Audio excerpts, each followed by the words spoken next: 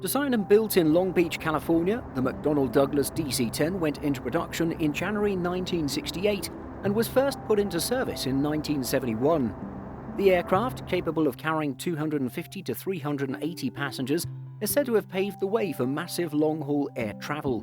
But are there any still in service these days? Let's find out. Unfortunately, our research leads us to believe that the last commercial passenger flight for the DC-10 took place in February 2014. CNN reports that Biman Bangladesh Airlines took the honour of operating the final service, carrying passengers from Bangladesh's capital of Dhaka to Birmingham, England.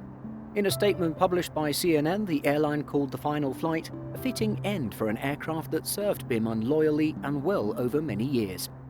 But while the DC-10 is done with commercial passenger service, it does still occupy the skies in 2020 in other roles and capacities. With fuel efficiency and maintenance costs being less of a priority for cargo airlines, the DC-10 remains in service as a freighter for global shipping and delivery company Federal Express or FedEx.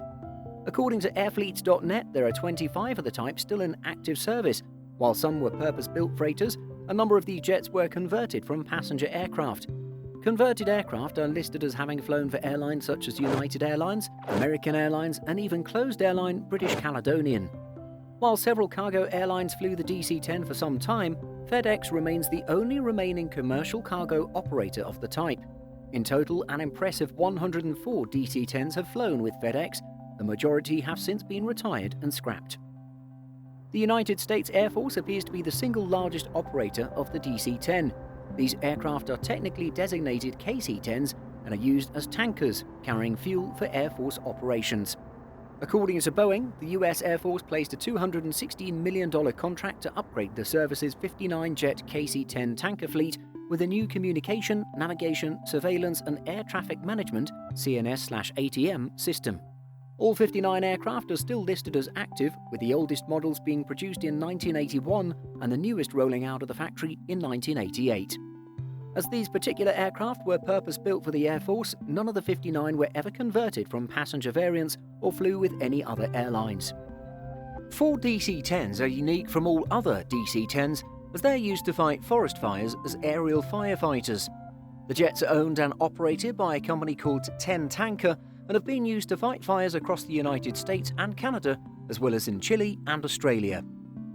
We've seen 747s and 737s converted into these types of aircraft, so converting DC-10s makes sense as well.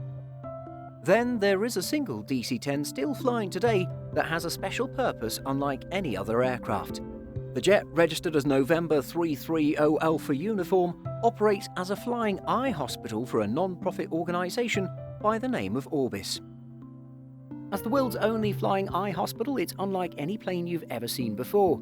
A state-of-the-art teaching facility complete with operating room, classroom and recovery room, this amazing aircraft has been an example of the alliance between medicine and aviation since 1982. The DC-10 was the first commercial wide-body airplane from McDonnell Douglas. Interestingly, the type was designed at the request of American Airlines, of which 66 flew with the carrier. All in all, 446 DC-10s were built, with the last one completed in 1988. The iconic tri-jet is credited as one of the aircraft types that have shaped modern air travel. Have you ever flown on a DC-10? Share your experience with us in the comments. If you like this video, please like and subscribe to the Simple Flying channel and be sure to click the notification bell.